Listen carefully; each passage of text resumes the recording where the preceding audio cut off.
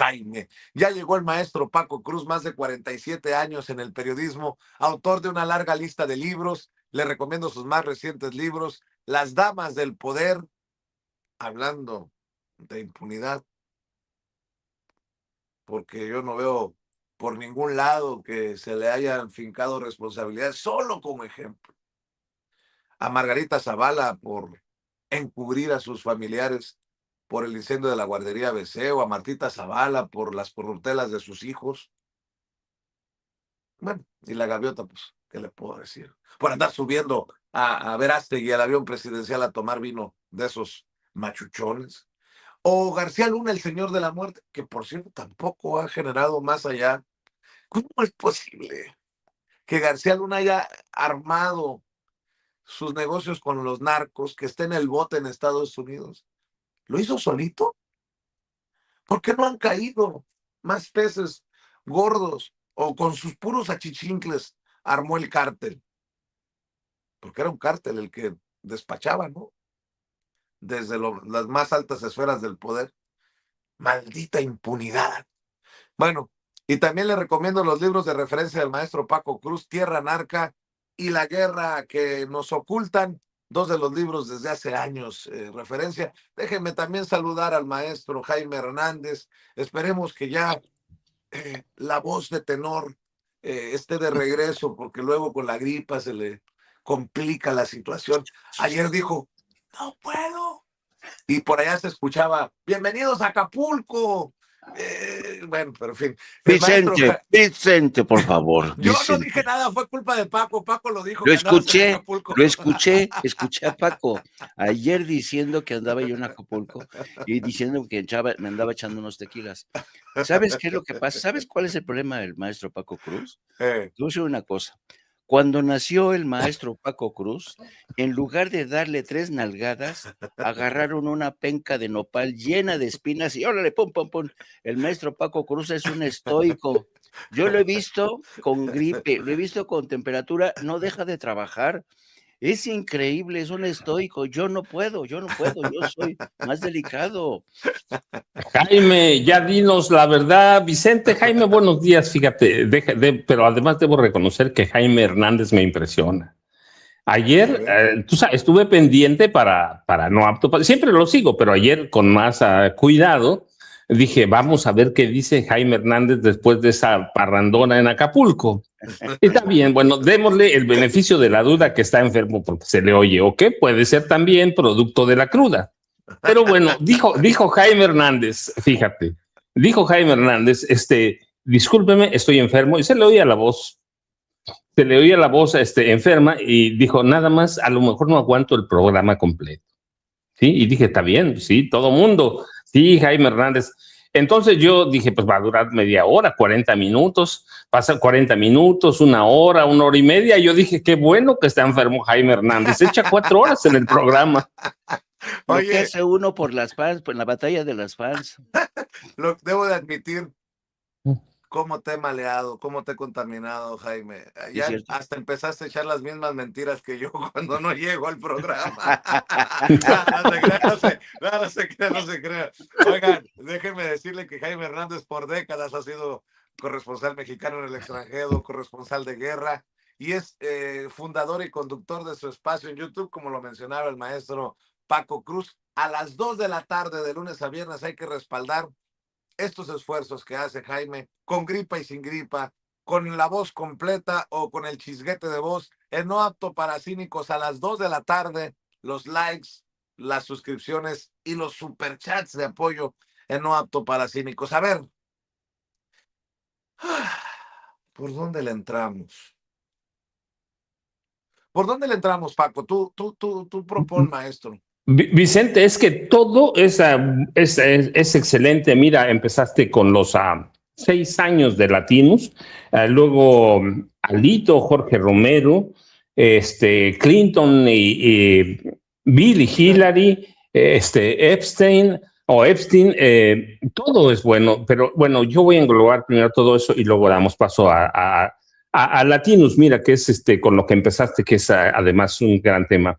Pero los voy a englobar todos en la palabra que dijo Felipe Calderón y que tú acentuaste aquí muy bien, camarilla. Camarilla es un grupo de personas que desarrollan actividades de forma oculta, oscura y encubierta. Es un conjunto de personas que influyen o intentan influir subrepticiamente, y otra vez vamos al oculto, al oscuro, en las decisiones de Estado o de autoridades superiores. Todo esto son Carlos Loret de Mola, Alejandro Moreno Cárdenas, Jorge Romero y, claro, el personaje central ahí, Ricardo Benjamín Salinas Pliego. Y digo personaje central no porque sea muy importante, simplemente porque quiere ser eventualmente candidato presidencial de este país. Así que englobados los temas en esa camarilla, que incluyes bien a Andrés Roemer, que no hay que olvidarnos que es un depredador sexual abiertamente. Mira, centrémonos para empezar, porque aquí está Jaime y ya no debe tardar en Norman Pearl en sumarse a esta mesa. ¿Qué es Latinus? Pues en realidad sí es un instrumento de la oposición financiado por antiguos actores del PRI y del PAN. Es un medio político priista panista con vínculos abiertos con Roberto Madrazo Pintado, con Silvano Aureoles Conejo, que fue gobernador de Michoacán. Ellos son los puntos centrales, más allá de la familia de Roberto Madrazo, su hijo Federico El Pico, porque así le dicen El Pico Madrazo, y su yerno Alex Nikin Gragiola, que aparecen como propietarios y son vinculados a la oposición política.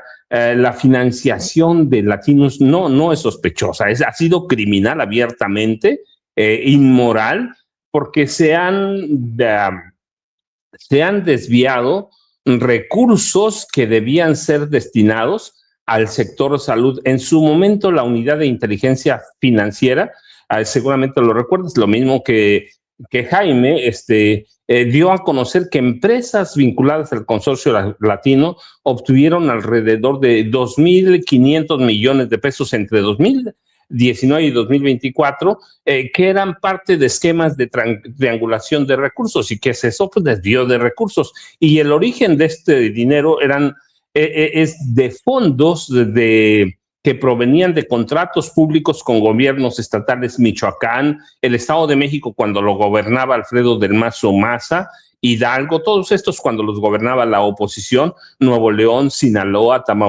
Tamaulipas de Francisco Javier Cabeza de Vaca, y organismos como el viejo Tribunal Electoral del Poder Judicial de la Federación.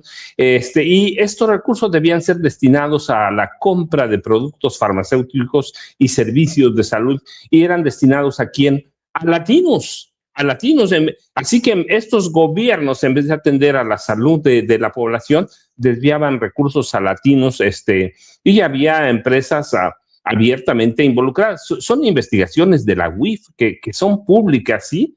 Empresas como Digital Bacon Programático, BCG Limited Consulting, que forman parte de ese consorcio y obtienen sus ingresos de entidades públicas, desviando recursos o muchos recursos, 2.500 millones de pesos, a la operación de Latinus. Así que Latinus viene siendo una especie de paraíso fiscal para triangular en recursos irregulares. Hay empresas documentadas, por ejemplo, en Delaware, allá en Estados Unidos, involucrada en la recepción y pago de nómina de Latinus y sus colaboradores.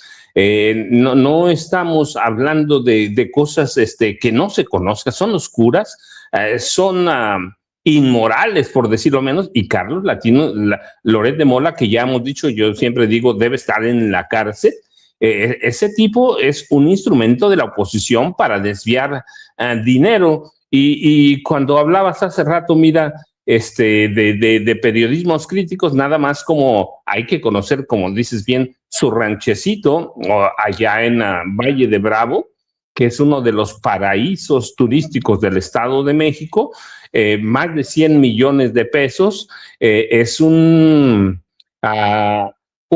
rancho que alguna vez lo comentamos aquí, Vicente. Es un rancho que tiene piscina, que tiene un lago artificial, es un chalet en 2 niveles, 780 metros cuadrados, canchas de tenis, canchas de fútbol, la piscina, huerto, invernadero, bosque, lago artificial. Así que, y bueno, y aquí lo documentamos también, su departamento allá en Miami, sí. Julio Cerroa lo documentó bastante bien y aquí lo presentamos en Sin Censura. Así que ese es el rostro de Latinos, Vicente. Un paraíso fiscal, o sea, una entidad para lavar dinero. Y una entidad para lavar dinero de la oposición, hay que decirlo, en un hombre que es abiertamente un criminal. No lo digo yo, Vicente, lo dicen las leyes. Cuando alguien presencia un crimen debe denunciarlo y este tipo permitió la tortura en vivo en su programa y la tortura, hasta donde tengo entendido en este país, es un delito, Vicente. Así que eso es para empezar, pero aquí está Jaime y ya seguramente si llegó Norman, buenos días. Tenemos un buen rato todavía para seguir analizando los temas que quedan, Vicente. Es para abrir un apetito apenas para abrir la boca, Vicente. Así es, para abrir boca, el bocadillo. A ver, hay una lista de personajes, obviamente. Ayer mencionábamos a Ricardo Salinas Pliego, pero fíjate, Jaime, que estoy viendo a Todd Blanche, el fiscal general adjunto de Estados Unidos, que admite que el Departamento de Justicia excluyó de la publicación de los archivos de Epstein imágenes que mostraban muerte, abuso físico o lesiones. Fue perjurio entonces lo de Kash Patel, que decía que no había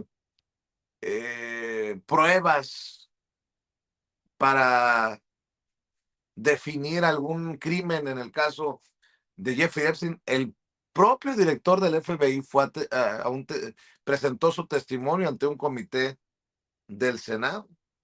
Ahora, si existe evidencia y la retiene el gobierno y no nos dicen quién mató o quién murió, quién abusó, quién fue abusado, quién lesionó o a quién lesionaron, y hubo censura de ciertos nombres, de ciertos personajes, como hijos de la chingada, Donald Trump ha considerado incluso perdonar a Ghislaine Maxwell, la pareja sentimental de Jeffrey Epstein. Pero vamos por Maduro a Venezuela, por cierto, a un mes. Ya dejaron los narcos de usar las lanchitas de pescadores para traer droga a Estados Unidos, porque de pronto dejamos de escuchar de bombardeos a lanchitas, ¿no? En fin, mi querido Jaime, eso más la candidatura de Michelle Bachelet, la expresidenta de Chile, en un esfuerzo multilateral de México, Brasil y Chile al presentar esta candidatura conjunta. En fin, tantas cosas con las que pudiéramos seguir esta mesa. Tú decides, mi querido Jaimito. Déjame arrancar precisamente por este tema último que mencionas, la candidatura de la señora Bachelet para presidir la Organización de Naciones Unidas. Se sabe que esta nominación ha estado precedida de intensos contactos, primero con el presidente de Brasil, Lula da Silva, que tiene una estrecha relación con Bachelet. Y después, entre Chile y Brasil, pero sobre todo Chile, se dieron a la tarea de convencer a la presidenta de México, Claudia Sheinbaum. La presidenta de México no dijo sí a la primera. Fue objeto de intensas conversaciones con Boric, con Lula da Silva, hasta que finalmente consiguieron su respaldo. Y fue así que, gracias a eso, ayer lunes a las 8 de la mañana, el gobierno de Chile registra la candidatura de Bachelet. Pero déjame decirte algo interesante, porque detrás del sí de Claudia Sheinbaum, yo creo que hay que tener en cuenta muchísimas consideraciones. Primero, y la más importante, la Organización de Naciones Unidas sigue siendo una herramienta útil para tratar de rescatar o resucitar la cultura del multilateralismo, la Organización de Naciones Unidas, que ahora mismo está en medio de una crisis financiera tremenda, va a ser capaz de seguir adelante a pesar de los continuos boicots que le ha lanzado sobre todo Estados Unidos. Lo vimos en el caso de Gaza, lo vimos en el caso de otras naciones que siempre se vieron rebasadas por el gobierno de Donald Trump a la hora de declarar guerras, a la hora de asesinar ciudadanos inocentes. Yo creo que Naciones Unidas es una organización que prácticamente necesita refundarse y yo dudo mucho, francamente, que Michelle Bachelet, a sus 74 años, pueda encabezar una misión de ese calado. Em, Había otros candidatos, se mencionaba incluso Alicia Bárcenas, de México, que yo creo que habría hecho un papel, pero nos habríamos enfrentado a al mismo dilema. ¿Realmente vale la pena resucitar a la Organización de Naciones Unidas? Por tanto, yo creo que el sí de México es bueno, pues sí, pero no hay garantía de nada, ¿no? Porque vamos a ver qué es lo que ha pasado últimamente con la presidencia de la ONU.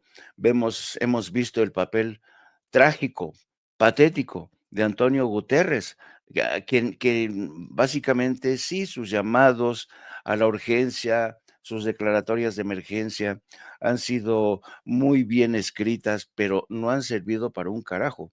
Entonces, yo creo que antes de pensar en el candidato ideal para encabezar la ONU, tendría que pensarse en qué hacer con la ONU, si la sepultamos o la refundamos.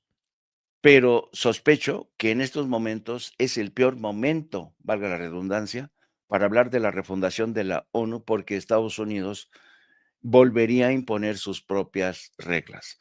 No hay que olvidar que la Organización de Naciones Unidas, el Fondo Monetario Internacional y el Banco Mundial, todas ellas son son criaturas del llamado consenso de Bretton Woods, un pequeño hotel que dio nombre a este acuerdo.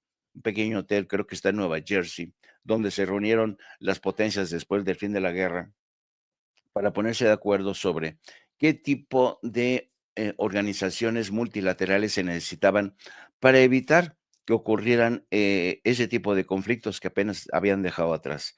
La pregunta es, ¿lo han conseguido?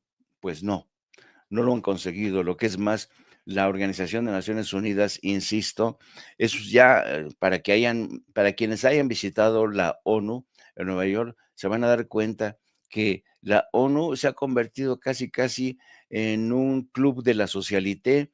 Los diplomáticos que van a representar a sus países a la ONU, pues se la pasan pues, casi de vacaciones en Nueva York. Los chinos bajo la continua vigilancia de los servicios secretos de Estados Unidos. Y así la guerra de espionaje en ese edificio que ya está cada vez más viejo, más vetusto. Y por tanto, yo creo que francamente, antes de hablar de quién va a dirigir la ONU, se tendría que hablar de la refundación de ese organismo. Bueno, y pasando al segundo tema, los archivos Epstein y la forma a mí me sorprendió realmente la forma tan desbocada en la que cada quien ha sacado conclusiones sobre los archivos de Epstein. Eh, Creo que las preguntas que has hecho, Vicente, son quizá las más pertinentes. ¿Han mentido Kash Patel? ¿Ha mentido, cómo se llama Todd, el que acabas de mencionar? Blanche, Todd Blanche. Todd Blanche fue uno de los Blanche, abogados de Trump. Es Pam un Bondi. Pam Bondi, todos ellos son criaturas de Donald Trump. Claro que mintieron, claro que han mentido. Pam Bondi, nada más llegar al cargo, organizó una legión de trabajadores para ir a pepenar los archivos de Epstein, para asegurarle y para tacharlos, para censurarlos, para deshacerse de documentos.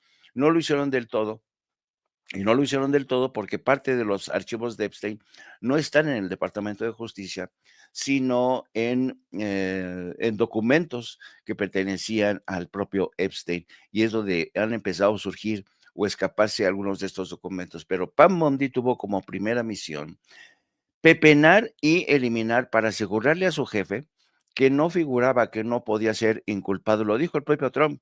Dice, personas muy importantes me dijeron que lejos de encausarme, esto me iba a exculpar. Pues no, señor, porque usted es tan responsable de ese club de pederastas.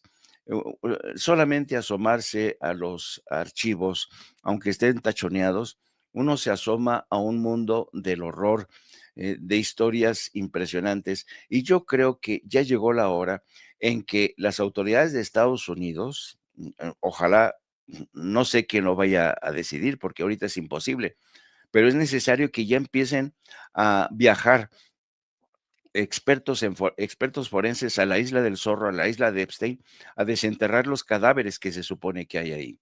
Perros y trabajadores forenses para ir a desenterrar todos los cadáveres que hay, que se especula que hay muchos ¿Tú cadáveres. crees que van a ir cuando Todd Blanche precisamente dice que it is not a crime to party with Epstein, que no es un crimen echar fiesta con Epstein? Así es, así es. De risa loca, no manches. Sí, y esta es una historia que espero con el tiempo termine por caer por su propio peso. Es una de las peores, una de las más preocupantes historias de encubrimiento en la política, en el mundo de las finanzas. Este grupo de poderosos que hacían lo que se les pegaba la gana, que asesinaron a pequeños, a pequeñas.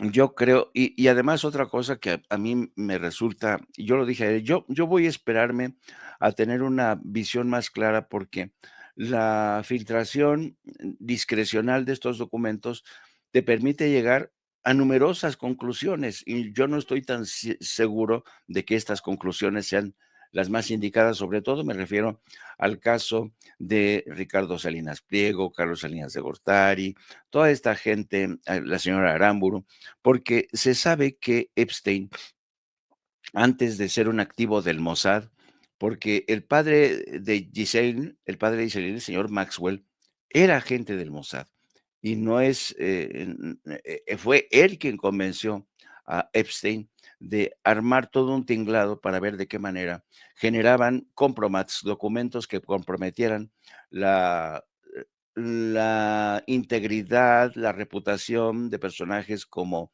Donald Trump, como señor Clinton, que yo me alegro muchísimo que Clinton haya dado un paso al frente para decir si voy a declarar, porque si declara Clinton, espero que diga la verdad, porque se sabe que Clinton estuvo varias veces ahí, pero te decía, en relación con la parte mexicana, Epstein era un personaje, y yo no sé si ustedes lo sepan, Jeffrey Epstein era un personaje que de la clase media baja, pero resulta ser que Epstein fue un experto en matemáticas, era muy bueno con los números. Era también, llegó en un momento dado a ser profesor de piano clásico. Él daba clases de piano a los niños de familias bien, ahí en Manhattan. Y entonces cuando descubre que es muy bueno con los números, se empieza a liar ah, con gente que maneja fondos de inversión, propiedades, y es ahí cuando llega la etapa de Epstein como asesor, como agente inmobiliario que aconseja, invierte aquí, invierte allá. Yo creo que por eso está también el tema de su relación con políticos mexicanos. No hay que olvidar que hubo una época dorada del PRI en la que muchos políticos compraban residencias, apartamentos, se sabe, por ejemplo, Carlos Salinas de Gortari tenía muchas propiedades. Se habla incluso de la viuda, Paula, ¿cómo se llamaba? Paula Cusi, que era la exmujer del Tigre Azcárraga, aparece en uno de los documentos pidiendo asesoría uno de los amigos de ella pidiendo asesoría a Epstein para ver de qué manera podían vender un apartamento o comprar un apartamento y trasladar ahí obras de arte que tenía Paula Cosi en Londres, pero que el fisco británico le seguía la pista a ella y ella quería esconder estos porque no quería pagar los impuestos. Y entonces, todo tiene que ver con las muchas actividades, las muchas facetas del señor Epstein. Así es que yo voy a esperar a que se conozcan más documentos antes de llegar a las conclusiones que se tengan que llegar en el capítulo mexicano. Pero por lo demás, estoy seguro que en esa isla se cometieron barbaridad y media y yo creo que ya es tiempo de que alguien comience a investigar qué hay en esa isla, qué se dejó atrás en esa isla. Fíjense que me está recordando Ceci de la modelo mexicana Gabriela Rico, que desapareció en 2009, no se supo más de ella, después de aparentemente, presuntamente, escapar de una de estas fiestas de la élite y gritaba que estaban comiendo humanos, estaba denunciando canibalismo en esta fiesta. Pues ya no está, con lo que estamos leyendo en algunos de estos archivos, de estos documentos, pues ya no suena tan descabellado lo que gritaba esta muchacha, y las redes sociales andan con todo. Por cierto, para recibir al querido Norman Pearl, a quien saludamos con mucho gusto. Buenos días, Norman. Ayer quedó desnudado el autor de este libro que hemos mencionado, del golpe silencioso, que según él denuncia a la red consular mexicana como organizadores y promotores de una reconquista del terreno robado del medio país con el que se quedó Estados Unidos después de la guerra de 1846-48, que ha llevado incluso al embajador de México en Estados Unidos, Esteban Moctezuma Barragán, a hacer una gira de medios. Ayer quedó desnudado, exhibido Peter Schweizer como una Reina Aide o como una Anabel Hernández. A ver, déjenme explicarme. Les había dicho que Esteban Moctezuma Barragán había estado con María Bartimoto en Fox y salió Esteban Moctezuma Barragán. Yo no le presté atención a esto, con un mapa de México. Ahí está el pantallazo que le tomé a Ceci. Y arriba dice Estados Unidos Mexicanos. Y resulta que este señor Peter Schweizer escribe en redes: Notice the map behind a Mexican ambassador IDs the United States of America as the United States of Mexico. Dice, noten el mapa detrás del embajador mexicano que identifica a los Estados Unidos de América como los Estados Unidos de México. Según él, confirmando la basura que escribe en su libro de que se busca la reconquista. Sería muy pendejo el embajador de México hacer una cosa así. Pero bueno, hasta Grok, la inteligencia artificial de Twitter, de X, pues dice que el nombre oficial de México es los Estados Unidos Mexicanos. Y no solo eso, se trata de un mapa que obviamente tiene el título de Estados Unidos Mexicanos. Y no tiene nada que ver con identificar a Estados Unidos, a los Estados Unidos de América. Me acordé de, ¿qué pruebas tienes, Anabel, para definir que ha habido relación de Andrés Manuel López Obrador con el cártel de Sinaloa? Pues ahí está la foto con la mamá del Chapo. Más o menos así me sonó Peter Schweizer con la recontramamada que salió. Les digo que vengo muy mal hablado. Mi querido Norman Pearl, ¿cómo estás? ¿Con qué le entras, maestro? Buenos días, mi querido Vicente, Paco y Jaime, qué gusto verlos. Qué gusto también saber que está esta tremenda y numerosa audiencia de Sin Censura, siempre pendiente del análisis de la noticia. Bueno, yo creo que el libro escrito por este hombre es para mentes estadounidenses y es para gente que desea recibir ese tipo de información porque han sido enseñados a odiar a México y lo tienen, pues, obviamente, como un contrincante sistemático, ¿no? De por vida. Entonces, bueno, pues esto, yo creo que cualquier cosa que se haga, cualquier fantasía que se desarrolle, pues va a ser acogida lamentablemente por un gran público dentro de los Estados Unidos. Y tendrá esa repercusión en la medida que lo difundan, en la medida que le den importancia a un tema tan fantasioso, vuelvo a repetir, ¿no? Creo que hay temas más interesantes que trascienden, por supuesto, esos intentos por golpear al gobierno de México y a sus intenciones probables, ¿no?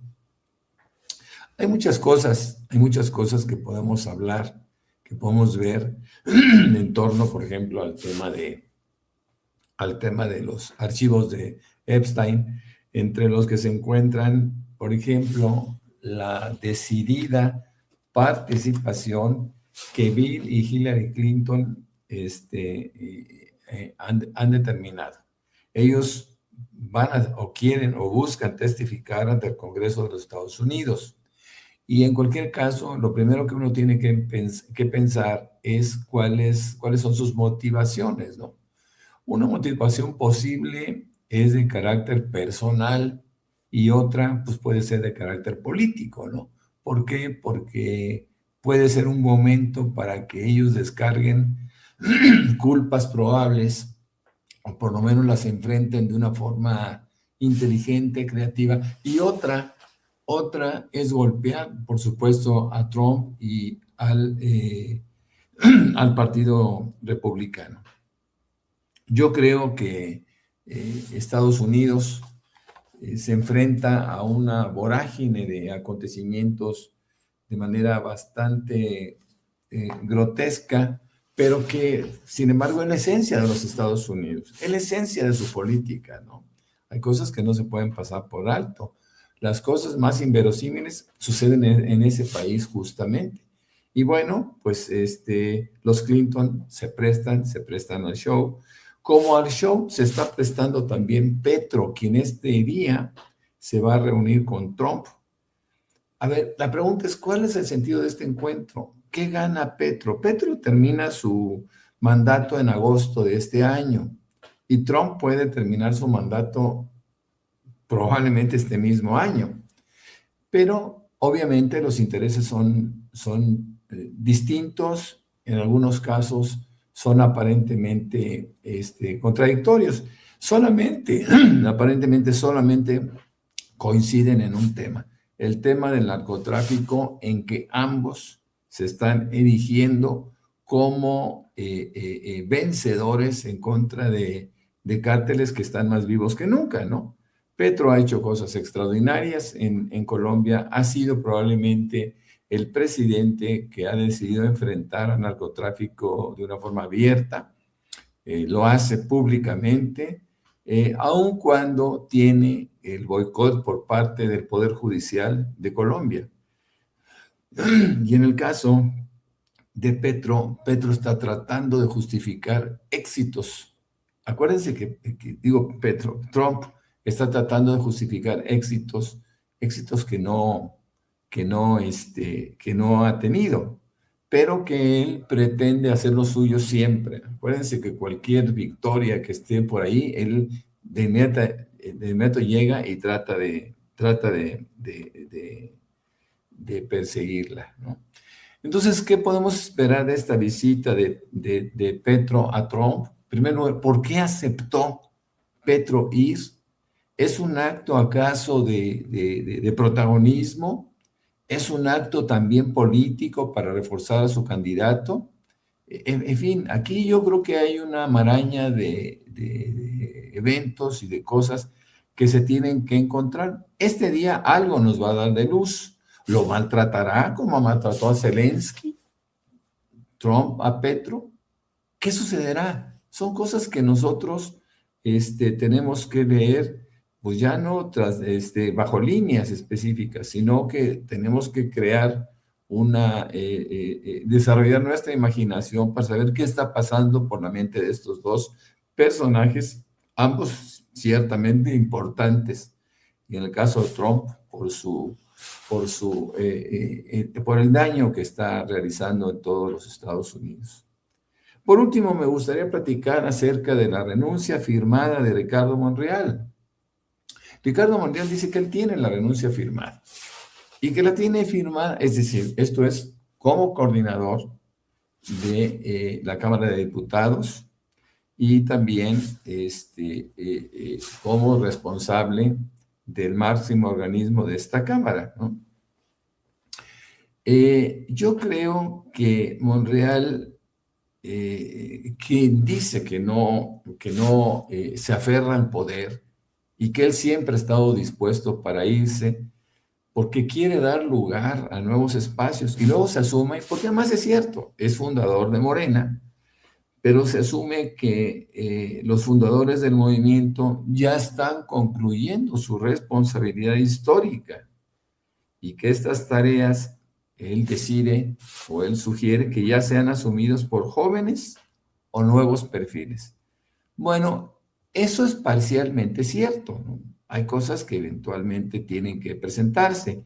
No sabemos si Ricardo Monreal, que es bastante más joven que Adán Augusto, mucho más joven que Fernando Noroña, esté decidiendo poner punto final a su carrera política. Lo que sí es cierto es que los tres que he nombrado no le hacen un gran favor al gobierno o al partido o a Morena con sus conductas. Ni Fernández Noroña, ni Ricardo Monreal, ni Adán Augusto, y yo creo que los tres de alguna forma deberían de pensar o replantearse la posibilidad de tener participación política o no, de acuerdo con sus propios resultados, ¿no? Adán Augusto, recuerden que tiene un nexo, por lo menos indirecto, con el líder de la barredora. Y esto nunca lo pudo explicar suficientemente, cuando menos a satisfacción, no de la oposición, no, de los mismos morenistas, de la misma militancia de Morena, que cuestionaban abiertamente su participación, que siguiera su participación como coordinador, ¿no? Adán Augusto no es un personaje libre de culpas, como no lo es tampoco Fernández Noroña, con ese cúmulo de actitudes y de posicionamientos sistemáticos, protagónicos, que Morena no quiere, ¿no? Recuerden que Fernando Noroña es un neomorenista que se incorpora al partido en virtud de sus intereses personales, ¿no? Pero Fernando Noroña ni siquiera es un liderazgo dentro del partido, no tiene grupos, no tiene nadie dentro del partido. Pero el hecho de estar sistemáticamente atacando a una potencial fractura de Morena, pues contribuye a que a que el partido se debilite, ¿no? Yo no creo que deba de tener participación, porque finalmente, insisto, él va llegando a Morena, no conoce Morena, no lo quieren en Morena, y es una persona que eventualmente podría desarrollar algún liderazgo fuera. Acuérdense que él no es un buen legislador, pero es un gran tribuno, y él como tribuno fue creando toda una aureola de éxito, ¿no? Aureola de político respetable, honesto. Y en el caso de Ricardo Monreal hemos visto cómo acumula a 18 o 20 personajes de su familia, enquistándolos, poniéndolos en puestos relevantes, tanto en su estado como en las mismas cámaras por donde ha deambulado. Yo también creo que Ricardo Monreal, a pesar de ser un hombre inteligente y con una cultura política suficiente, no es un hombre que despierte confianza, que despierte interés, tampoco dentro de los morenistas. Acuérdense que quienes han hecho suya aquellas máximas de no robar, no traicionar, no Monreal, lo han hecho los propios morenistas. Entonces, bueno, Estas corcholatas, la verdad, todos han tenido un proceso muy, muy delicado, abiertamente cuestionable, y paradójicamente quien se salva es Marcelo Ebrard, mi querido Vicente, mi querido Paco, mi querido Jaime. Así es, y hablando de nepotismo también, que se investigue y que caiga quien tenga que caer en Oaxaca. Estaba viendo que La Jornada habla de este caso de nepotismo en torno a Salomón Jara, el gobernador de Oaxaca. Ya no lo dicen voces de oposición, se están poniendo de pechito algunos, y que se evalúe lo que se está haciendo en ciertos sectores del movimiento de la transformación, o que se aclare lo que se tenga que aclarar. Insisto, lo leí en La Jornada para que nadie vaya a decir que aquí hay golpeteo ni nada que se le parezca. Hay elementos para que por lo menos se evalúe, le digo, estos casos. Mi querido Paco, voy contigo para la segunda ronda. Échele, maestro. Usted dice por dónde vamos, usted marque el camino. Mira, Vicente, hay dos cosas claras. Bueno, de Salomón podemos hablar mañana. Yo en la semana publiqué el día, justamente un día después de este proceso de revocación de mandato, dije a Morena no le fue bien, a Salomón Jara no le fue bien, ¿sí?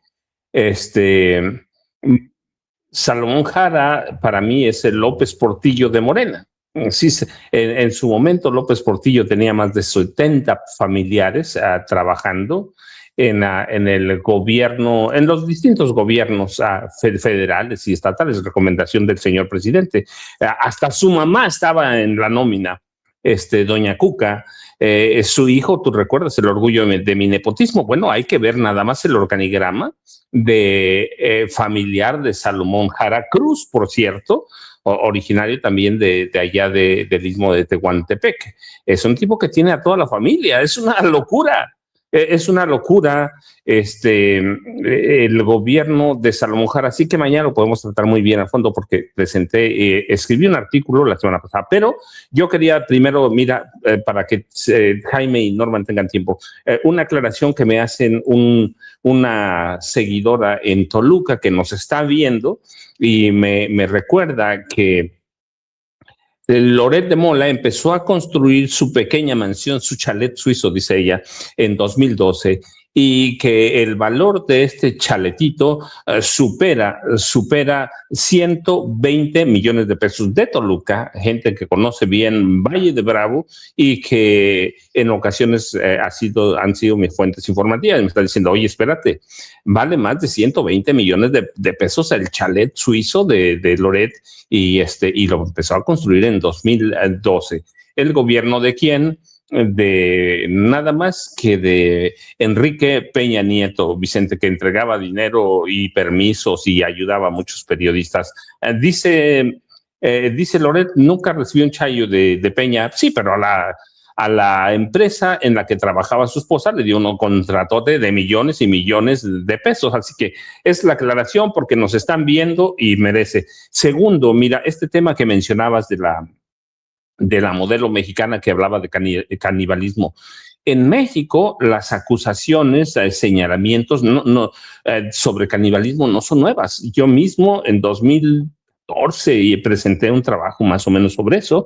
Había evidencias sólidas de que el cártel Jalisco Nueva Generación hacía rituales de canibalismo. Y casos había de esos en Tabasco, y también advertí entonces que los Zetas y la familia michoacana, mucha gente lo llama la nueva familia michoacana, también había o presentaban como rituales prácticas de canibalismo, y con eso comprometían a todo los círculos primarios de la cúpula de estos cárteles. Así que yo no veo tan descarnado estos señalamientos de canibalismo, porque yo mismo entre el 2014, 15, 16, escribí cosas sobre de los Zetas, que eran un cártel muy salvaje. Heriberto Lascano, Nazario Moreno, de la familia michoacana, los Zetas, el Lasca, eran reconocidos o señalados por los mismos sicarios de los Zetas o la familia michoacana de practicar o de realizar prácticas de canibalismo. Y eso está bien documentado. Así que ahora que presentan esto, yo digo, es una locura, pero ya existe en México. Y mira, y por el otro lado, nada más para cerrar, hablando de probidad, honestidad y esperar a que se presenten más piezas de este rompecabezas que es el caso Epstein, está bien. Nada más yo me pregunto, ¿qué hizo? ¿Qué hacía a un personaje de alto perfil como Ricardo Benjamín Salinas Pliego 26 veces invitado por Jeffrey Epstein? 26. Yo digo, en algún momento, pues sí, puedes decir, pues me invitaron y fui una vez, pero 26 veces, yo me pregunto, o 26 ocasiones fue a cobrarles, a ofrecerles licuadoras, ofrecerles lavadoras, abonos chiquitos, le fue a ofrecer créditos de Banco Azteca. 26 veces son demasiadas como para pensar en ingenuidad de este hombre que es uno de los personajes que más dinero tienen. Y para entonces ya Jeffrey Epstein tenía una cierta notoriedad como depredador sexual, como traficante de personas, como delincuente sexual infantil, como violador.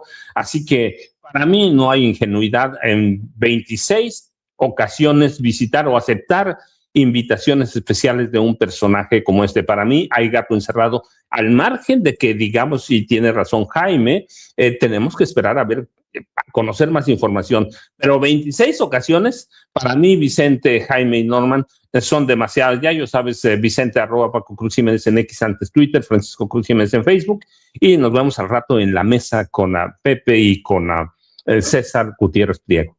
Claro que sí, la mesa de seguridad después de la mañanera del pueblo que encabeza la presidenta Claudia Sheinbaum Pardo. Mi querido Jaime, en esta segunda ronda, ¿con qué va, maestro? Pues voy a tratar de ser rápido para abordar 3 temas. Primero, el caso de Adán Augusto López, que ha dado pie a muchísimas, bueno, es impresionante lo que hace los supuestos medios de derecha que se inventan cada jalada. En el caso de Adán Augusto, que dicen que es un hombre caído en desgracia, que es un hombre que le dieron la espalda, en fin. Yo creo que la salida de Adán Augusto es estratégica y tiene como fin un poco recomponer las alianzas al interior de Morena, y porque hay preocupación en el seno de Morena sobre las elecciones del 2027. Tenemos, entre otras preocupaciones, por ejemplo, en el caso de Oaxaca, que estaban hablando de Salomón Jara, ahí se sigue viviendo una guerra encarnizada entre Morena y el Partido del Trabajo, el llamado comisionado del Partido del Trabajo, un tipo que se llama Benjamín Robles Montoya, todo el mundo lo conoce como el Cara Sucia. El Cara Sucia ha lanzado una campaña para para acusar a Salomón Jara de haber cometido fraude en las elecciones de revocación de mandato, y dice que no va a descansar hasta demostrar que hubo fraude. Hay una brutal guerra entre el Partido del Trabajo y Morena ahí en Oaxaca. Y estaba escuchando ayer a Arturo Ávila, el portavoz de Morena en la Cámara de Diputados, diciendo que él podría anotarse en la lista para contender en Aguascalientes, o en su caso, ver si de alguna manera rescata la delegación de la Cuauhtémoc. En fin, hay una serie de movimientos y yo creo que Adán Augusto va a ser un personaje clave como operador experto que hay. Y yo sé que hay muchas dudas, acusaciones que apuntan hacia Adán Augusto, pero que es un hombre que ha conseguido cosas, sí, cuestionables desde el punto de vista ético para conseguir la mayoría, como lo hizo en el caso de la reforma del Poder Judicial, pero lo consiguió, sacó adelante, sacó el buey de la barranca. Y ya sabemos cómo opera, cuál es la mística de Morena en este terreno. ¿Se acuerdan cuando Andrés Manuel decía, bueno, hay veces que hay que tratar no con santos, sino con demonios, y hay que hacerlo porque así lo exige este ejercicio de la política.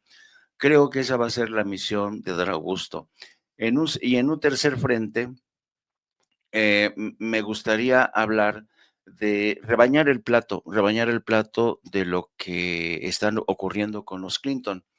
La comparecencia de los Clinton, que todavía no se sabe la fecha, ha sido producto de una intensa negociación y presiones por parte del Comité de Supervisión Gubernamental y Reforma. Hay que tener en cuenta que el Comité de Supervisión Gubernamental en la Cámara de Diputados es quizá el comité más poderoso que hay en la Cámara de Representantes. Ha sido objeto de intensas negociaciones entre los Clinton y ese comité que presiden los republicanos, porque tanto Clinton como su esposa quieren tener claras las reglas de esa audiencia.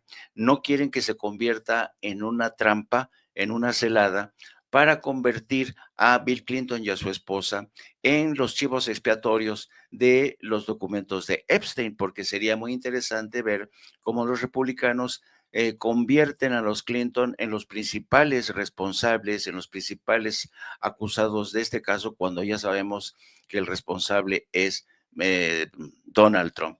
Entonces, ha habido intensas negociaciones, incluso este comité ha amenazado tanto a Clinton como a su esposa de declararlos en desacato. Entonces, en medio después de estas intensas negociaciones y amenazas, los Clinton dijeron que sí. Ahora, hay que definir las reglas de esa deposición. ¿Va a ser a puertas cerradas? ¿Va a ser en público? Yo creo que tendría que ser abierta esa deposición, esa audiencia, para ver qué declaran, porque luce taquígrafos, pero hay que tener en cuenta una cosa. Los republicanos son unos hipócritas, porque todas las veces que se ha instado a Donald Trump a acudir para testificar ante un comité del Congreso, Donald Trump nunca ha ido a una deposición para hablar sobre sus impuestos, para hablar su riqueza, cómo la hizo. Y por cierto, ayer o antier, la revista New Yorker revelaba que tan solo en su primer año, Donald Trump ya se enriqueció en aproximadamente $4,000 millones. Ese es el conteo, la contabilidad de la revista New Yorker, para que se den una idea de lo exorbitante que ha sido el primer año de Donald Trump. 4,000 millones ha aumentado su riqueza. Mi querido Jaime, hay que invitar a la gente para que a las 2 de la tarde estén al pendiente ahí contigo y apoyando. Así es, a las 14 horas los espero con mi compañera de vida, la periodista Lourdes Salas, mejor conocida como Gildy, y mi ideólogo de cabecera, Yago Batusay, y mi editorialista junior, Nico, que lo ha ascendido de jalacables a editorialista junior, porque a veces se pone sus moños, Yago Batusay. Un abrazo a los tres, a mi querido Norman, mi querido Paco, y a ti, por supuesto, querido Vicente.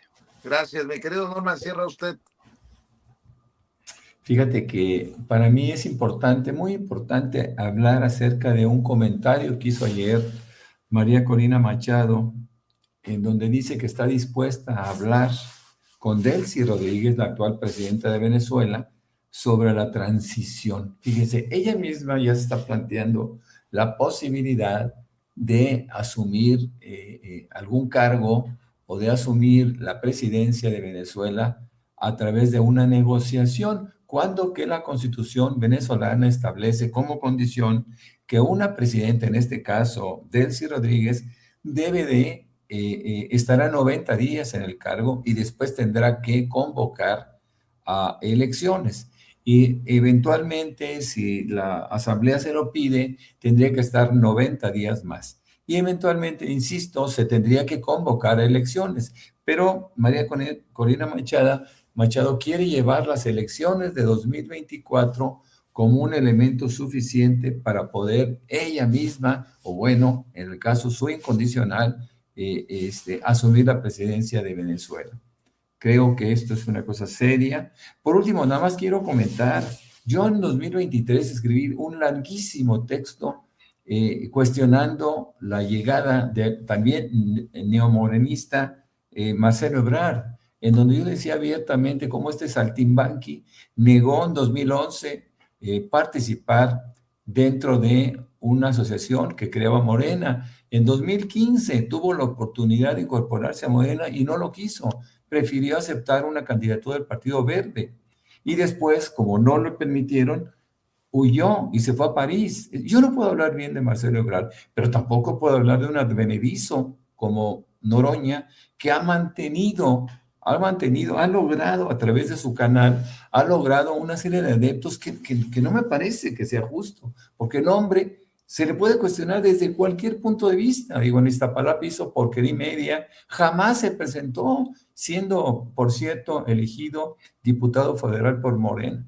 Bueno, son cuestionamientos que uno tiene que hacer como analista político. De los 4 que he hablado, lo hablo en un sentido lo más serio, lo más profesional posible, pero yo creo que los 4 nos quedan a deber, especialmente este hombre, Fernández Noroña. Yo no lo odio, no me interesa odiar a nadie, no gano nada con el odio.